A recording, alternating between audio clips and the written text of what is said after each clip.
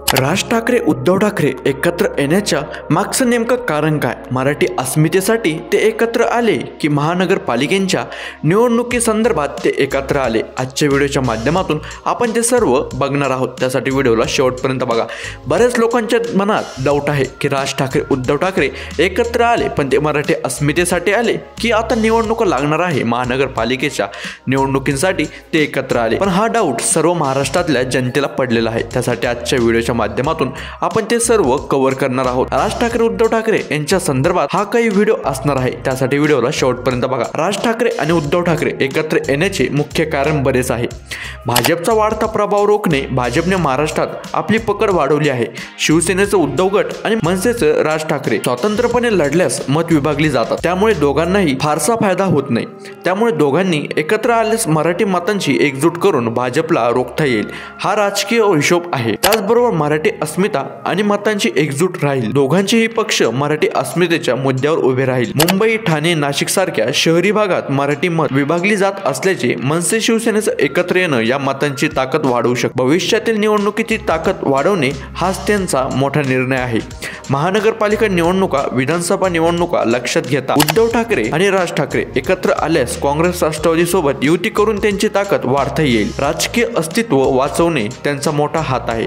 मनसेचा मोठा आधार नसल्यामुळे राज ठाकरे यांना राजकीय ताकद टिकवायची आहे, तर उद्धव ठाकरे यांना पक्ष फुटीनंतर ताकद वाढवायची आहे. त्यामुळे एकत्र येणं परस्पर फायद्याचं ठरू शकतं, असं त्यांचं म्हणणं आहे. शरद पवारांच्या भूमिकेचा प्रभाव यावर मोठा होऊ शकतो का? शरद पवारांनी दोघांनाही एकत्र आणण्याचा सल्ला दिला. राजकीय चर्चा आहे जेणेकरून विरोधी पक्षांची ताकद मजबूत राहील. भाजपसोबत झालेल्या वादानंतरचा राजकीय समीकरण बदल होणार का? उद्धव ठाकरे यांचे सरकार पडल्यानंतर भाजप आणि शिंदे गटाने सत्ता घेतली.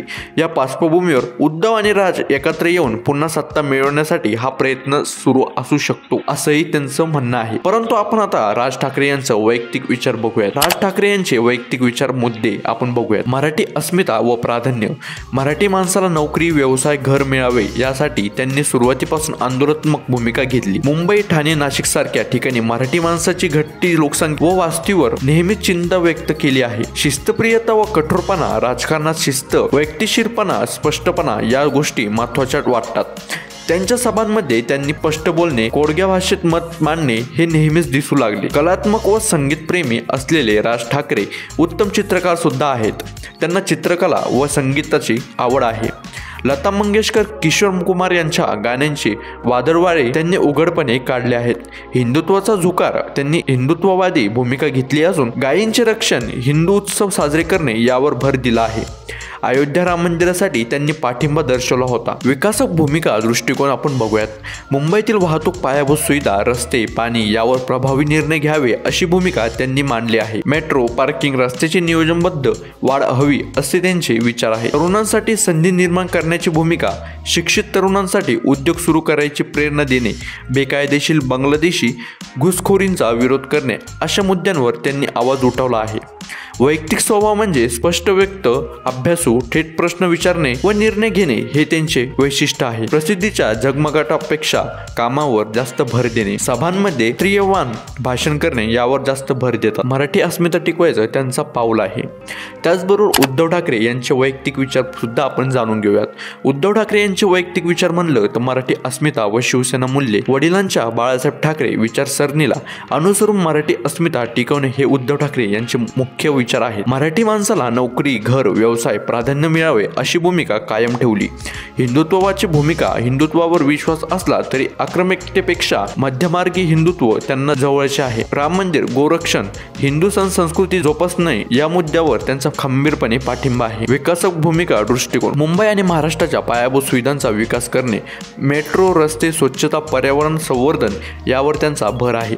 सत्तेत असताना पर्यावरणाला न धक्का लावता प्रकल्प करणे, आले जंगल वाचवणे अशा भूमिका त्यांनी घेतल्या आहेत. संवाद आणि समन्वय. उद्धव ठाकरे हे शांत स्वभावाचे, संयमी आणि मुद्द्यावर चर्चा करून निर्णय घेण्यावर विश्वास ठेवतात.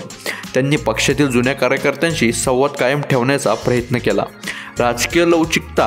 शिवसेना भाजपने जुनी मैत्री पक्ष असूनही भाजपसोबत झालेल्या मतभेदानंतर काँग्रेस राष्ट्रवादीसोबत सरकार बनवले ही त्यांच्या लवचिक राजकीय विचारसरणीची झलक आहे.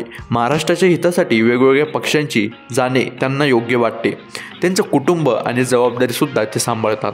उद्धव ठाकरे कुटुंबवत्सल असून वैयक्तिक जीवनात साधेपणा पाळतात. वडिलांनी निर्माण केलेल्या पक्षाला टिकवून ठेवणे, कुटुंबाची प्रतिष्ठा राखणे यावर त्यांचा जास्त भर आहे. कलात्मक व फोटोग्राफी प्रेम. उद्धव ठाकरे यांना फोटोग्राफीची विशेष आवड आहे. त्यांनी भारतातील निसर्गावर आधारित माझी रंगभूमी, पृथ्वीचे सकाळ, जंगल रंगले अशी पुस्तके प्रकाशित सुद्धा केली आहे. हवे असल्यास आपण सर्व उद्धव ठाकरे किंवा राज ठाकरे यांची प्रमुख भाषणातील विचारांची उदाहरणे तुम्हाला सांगू शकतो. तुम्ही नक्की कमेंट करून सांगा. आता तुम्ही एक बघितलं असेल, राज ठाकरे आणि उद्धव ठाकरे यांचे दोघांचे विचार मिळते जुळते आहे. त्यामुळे त्यांनी असा काही विचार केला की आपण आता सरकार टिकवायचं, ठामपणे उभे राहायचं. त्यासाठी त्यांनी मराठी अस्मिता टिकवण्यासाठी तसेच आता पुढे महानगरपालिकांच्या निवडणुका लागल्या आहेत. त्या निवडणुकीमध्ये त्यांना भरभरून यश मिळवण्यासाठी, विजयी होण्यासाठी त्यांनी हा निर्णय घेतला असेल असंही तुम्हाला वाटतं का? नक्की कमेंट करून सांगा. व्हिडिओ जास्तीत जास्त लोकांपर्यंत शेअर करा आणि तुम्हाला आता कोणत्या राजकीय नेत्याबद्दल व्हिडिओ पाहिजे असेल ते देखील नक्की कमेंट करून सांगा. कारण की आपल्या चॅनलवर राजकारणाची सिरीज आल्यापासून आपण सर्व नेत्यांवर एक विशेष व्हिडिओ बनवत आहोत. तुम्हाला कोणत्या राजकीय नेत्याबद्दल विशेष माहिती पाहिजे असेल ते देखील नक्की कमेंट करून सांगा. आपल्या चॅनलला लगेच जाऊन सबस्क्राईब करून टाका, कारण की अजून बरेच असे व्हिडिओ येणार आहे राजकारणासंदर्भातील की ते तुमच्यापर्यंत पोहोचायला पाहिजे. त्यामुळे लगेच जाऊन सबस्क्राईब करून टाका. व्हिडिओला लाईक केल्याशिवाय कोणीही जाऊ नका.